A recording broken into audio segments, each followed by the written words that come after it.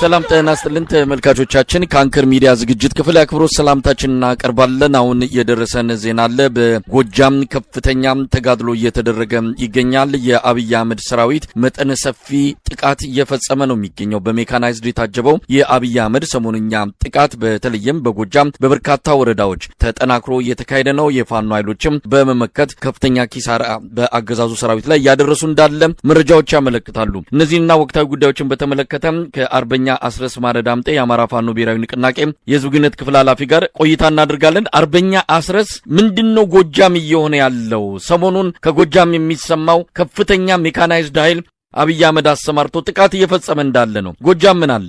አመሰግናለሁ መሳይ። እንግዲህ ያው ከሰሞኑ በተለየ ሁኔታ የጎጃም እንደጋማ ወረዳዎች የጮቄ ሰንሰለታማ ተራራን ተያይዞ ያሉ የወገንን ይዞታዎች ለመቆጣጠር ጠላት በአይነቱ ልዩ የሆነ ዘመቻ ማድረጉ ይታወቃል።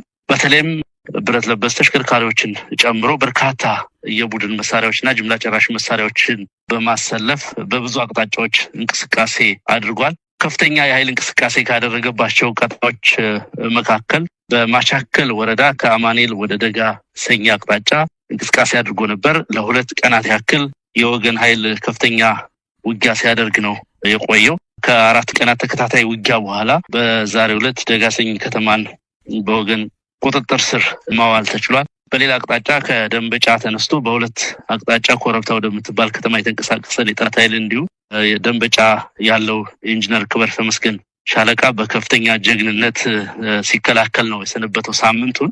በሌላ በኩል ከደብረ ማርቆስ ስናን ከስናን ወደ ጮቄ አቅጣጫ የተንቀሳቀሰውን የጠላት ኃይል ደግሞ እንዲሁ እዛ አካባቢ ያሉ ሻለቆች በተቀናጀ መንገድ ውጊያ በማድረግ ሲከላከሉ ቆይተዋል።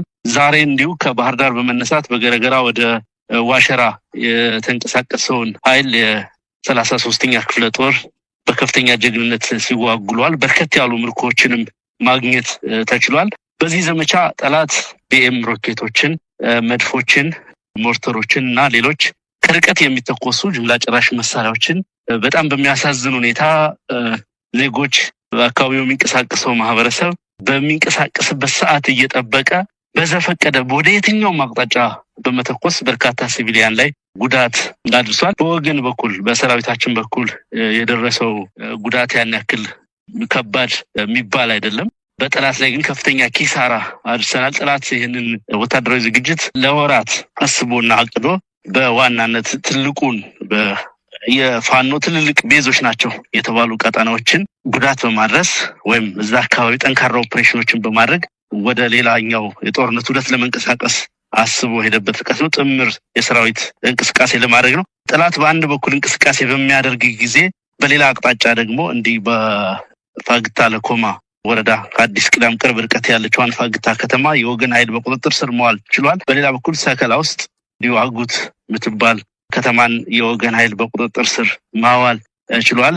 ስለዚህ በተለመደው የውጊያ ስልት በደፈጣ ጠላት ላይ ጉዳት ከማድረስ ጎን ለጎን ደግሞ የሳሳ የጠላት ኃይል ባለባቸው ቦታዎች በመግባት በጠላት ላይ ከፍተኛ ጉዳት ያደረስን እና የጠላትን ከፍተኛ ወታደራዊ ወረራና ዘመቻ በከፍተኛ ጽናትና ቁርጠኝነት በመመከት ላይ ነው የምንገኘው። አርበኛ አስረስ ምናልባት ይሄ የተለየ ዘመቻ ነው። እንግዲህ በርካታ ጀነራል መኮንኖች፣ ኮሎኔሎች፣ መስመራዊ እንደዚሁ አዛዦች የሚመሩት እንደሆነ ከፍተኛ ሜካናይዝድ የሆኑ መሳሪያዎች እንደዚሁ በጥቅም ላይ ያሉበት እንደሆነ እየተዘገበ ነው። አገዛዙም በተለየ ሁኔታ የድል ዜናዎችን በየዕለቱ ለደጋፊዎቹ እያቀረበ ይገኛል። ቦታዎችን ተቆጣጥረናል፣ የተወሰኑ ተሽከርካሪዎችን በቁጥጥር ስር አውለናል የሚል ነገር ነው። እስካሁን ድረስ ስለማረኩትም ሆነ ስለገደሉት የፋኖ ኃይል በዝርዝር የገለጹት ነገር የለም። ቦታዎችን መቆጣጠራቸውን ግን በሰፊው እየገለጹ ነው። ምን የተለየ ነገር ተገኝቶ ነው በዚህ ደረጃ በዚህን ያህል መጠነ ሰፊ ጥቃት ለመፈጸም አገዛዙ ወስኖ ጎጃም የገባው? ምን መሰለህ መሳይ፣ ከዚህ ቀደም ከሆኑ ከሳምንታት በፊት በተደረገ አውደ ውጊያ በተለይ ደጋዳሞት አካባቢ ከፍተኛ ኪሳራ አስተናግዷል። ጠላት የክፍለ ጦር አዛዥ ኮሎኔልን ጨምሮ የተገደለበትን በርካቶች የተማረኩበትን ውጊያ ተደርጓል። እዚሁ ደጋዳሞ ቀጠና ከዚህ በፊት በተደጋጋሚ ከባድ ኪሳራዎችን አስተናግዷል የጠላት ኃይል። አንድ ያ ቁጭትና እልህ ስለያዘው እዛ አካባቢ በእግረኛ ሰራዊት መድረስን እንደ ተአምርና እንደ ትልቅ ነገር በመቁጠር ካልሆነ በስተቀር ምናልባት አንድ ወይ ሁለት ፒክአፕ ተሽከርካሪዎች ቢይዝ እንኳን ከራሳቸው የተቀበልናቸው ተሽከርካሪዎች ናቸው። አንድ ተሽከርካሪ ቢወስዱ 20-30 ተሽከርካሪ በአንድ ቀን መማረክ ይቻላል። ይሄ ምንም ከቁም ነገር የሚቆጠር አይደለም። እነሱ በሚያወሩት እንግዲህ ታቅዳቸው በመነሳት አስቀድሞ ካሰቡት ነገር በመነሳት በተለይ ከፍተኛ አመራሩን እንመታለን የከፍተኛ አመራሩ ቤዝ እዚህ ጋር ነው እዛ ጋር ነው በሚል ስሌት ከፍተኛ ወታደራዊ እንቅስቃሴ አድርገው ከፍተኛ በጀት በጅተው አሉ የሚባሉ ኤክስፐርቶቻቸውን አሰማርተው የሚያደርጉት ኦፕሬሽን በመሆኑ ያ ነገር በዛ በሚኞታቸው ልክ ሰነድ ላይ ባስቀመጡት ልክ ውጤት እንዳለው እና ለፕሮፓጋንዳ ፍጆታ ለመዋል የሚዘግቡት ዘገባ እንጂ ይሄ ነው የሚባል ሲግኒፊካንት የሆነ ጉዳት በወገን ላይ ማድረስ አልቻሉም። ይልቁንም በነሱ በኩል በተለይ እግረኛ ሰራዊቱ ከፍተኛ ጉዳት ነው ያስተናገደው። የጠላት እግረኛ ሰራዊት በርካታ ቦታዎች ላይ በርካታ የነፍስ ወከፍና የቡድን መሳሪያዎች ተማርከዋል። ብዙ ቦታዎችም ቀደም እንዳነሳውልህ ከዚህ በፊት ለረጅም ጊዜ ይዟቸው የነበሩ ይዞታዎችንም የወገን ኃይል እንደገና መቆጣጠር ነው የቻለው። ምንም የተለየ አዲስ ነገር የለውም። ያው የሚዲያውንና ፕሮፓጋንዳውን አየር ለመያዝ በከፍተኛ ርብርብ ስለሰሩበት ካልሆነ በስተቀር ይሄ ነው የሚባል ጉዳት በወገን ላይ አልደረሰም። እንግዲህ ምናልባት በመረጃ ደረጃ ካገኛቸው አላቅም። ምክንያቱም የስርዓቱ ሰዎች ወደፊት ለሚደረገው ከህወሓትም ጋር ይሆን ከሌሎች ኃይሎች ጋር ለሚደረገው ጦርነት በቅድሚያ ፋኖን ማዳከም የሚል ስትራቴጂ እንዳላቸው ይታወቃል። የዛ አካል እንደሆነም ፋኖ ከጀርባ እንዳይመታ ፋኖ ሰራዊቱ ሲጓጓዝ መንገድ ላይ ቆርጦ እንዳያስቀረው ከወዲሁ ያኛው ትልቁን ጦርነት የሚሉት አለ። ምናልባት የፋኖንም አቅም ለማሳነስና ለማንኳሰስ ብዙ ግምት እንዳልሰጠውም ለፋኖ በሚያሳይ መልኩ ነው ይሄኛውን ኦፕሬሽን ከጨረስን በኋላ ወደዚያኛው እናቀናለን የሚል እቅድ እንዳላቸው በተለያየ መረጃ ምንጮችም እንሰማለን። እንደው ተልእኮው ከዛ ጋር የሚያያዝ ነው። ፋኖን ምንጩን ማድረግ፣ አስቀድሞ ማዳከም፣ ከዛ ለሚቀጥለው ተልእኮ መዘጋጀት የሚል ዓላማ ያነገበ ስለመሆኑ መረጃው አላችሁ? እንግዲህ በእነሱ ስሌት እንደዛ አይነት ካልኩሌሽን እንደሚሰሩ በተለይ ፋኖን ባለበት ኮንቴን ማድረግ ባለበት ማቆም እና ማዳከም ከዛ በኋላ ሌላው ጋር ለምናደርገው ጦርነት የሚል ወረቀት ላይ የሚጽፉት ነገር በመረጃ ትንተናቸው የሚያቀርቡት ነገር እንዳለ እናውቃለን። ይሄ ግን ራሳቸውን እያታለሉ ነው።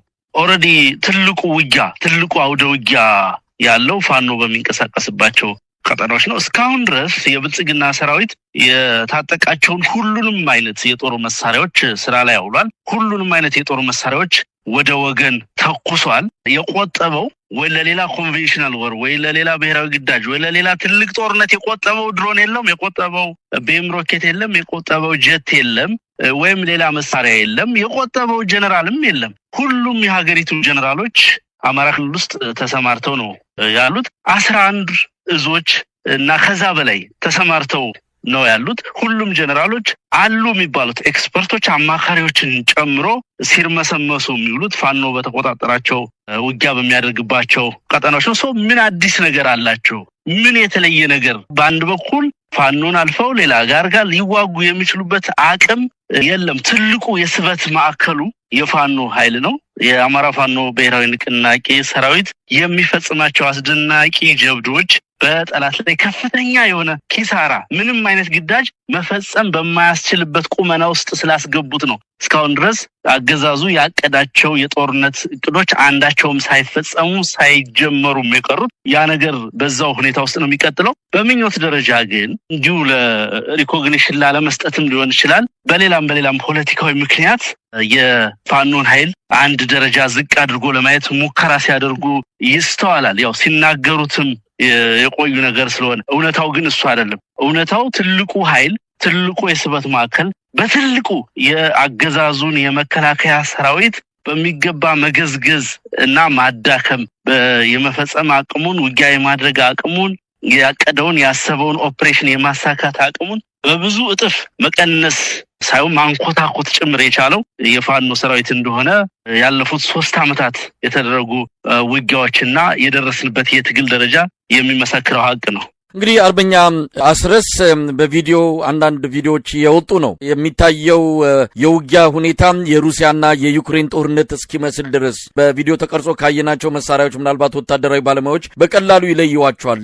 ቢኤም ሮኬቶችን ጨምሮ በታንክም የታገዘ ነው። የሚመቱት ምንድን ነው? እንግዲህ አንድም የፋኖ ኃይል በአሁን ሰዓት ጉዳት አደረስንበት ማረክን ካላሉ እየደበደቡ ያሉት ሰላማዊ መንደሮችን ዝም ብሎ ሜዳ ተራራውን ነው። ይህ ሁሉ እንግዲህ ለአንድ ጥይት ለአንድ ቢኤም ሮኬት የሚወጣውን ዋጋውን ገንዘቡን ሂሳቡ ቢሰላም ከፍተኛ ገንዘብ ሊሆን እንደሚችል ይታወቃል። ባዶ ሜዳ እየደበደቡ ነው ሁሉ ኪሳራ ወይም ደግሞ ድል አደረግን የሚለውን ዜና እያሰሙ ያሉት። እንደው ውጤቱን እንዴት ትገልጸዋለህ ለማለት በጣም የሚደንቀው ነገር መሰለኝ ነገራቸው ነው። ሁሉንም የተሸከማቸውን ቅንቡላዎች ያለምንም ታርጌት የት እንደሚወድቁ የት እንደሚያርፉ በማይታወቅበት ሁኔታ ወደ ሁሉም አቅጣጫ ነው የሚተኩሷቸው። ወደ ሁሉም አቅጣጫ መድፎች አንድ የጠላት ይዞታ ወደ የትኛውም ኢቭን ራሱ ጠላት ወዳለበት ይዞታ ጭምር በሚደርስ ርቀት ይተኮሳሉ። ቢኤም ሮኬቶች በብዙ አቅጣጫ ይተኮሳሉ። አንዳንድ ቦታ ስራ ላይ እንቅስቃሴ ላይ መደበኛ ስራቸው ላይ የነበሩ አርሶ አደሮችና ሌሎች በተለያየ የስራ መስክ የሚንቀሳቀሱ ሲቪሊያን ላይ ከፍተኛ ጉዳት ያደርሳሉ።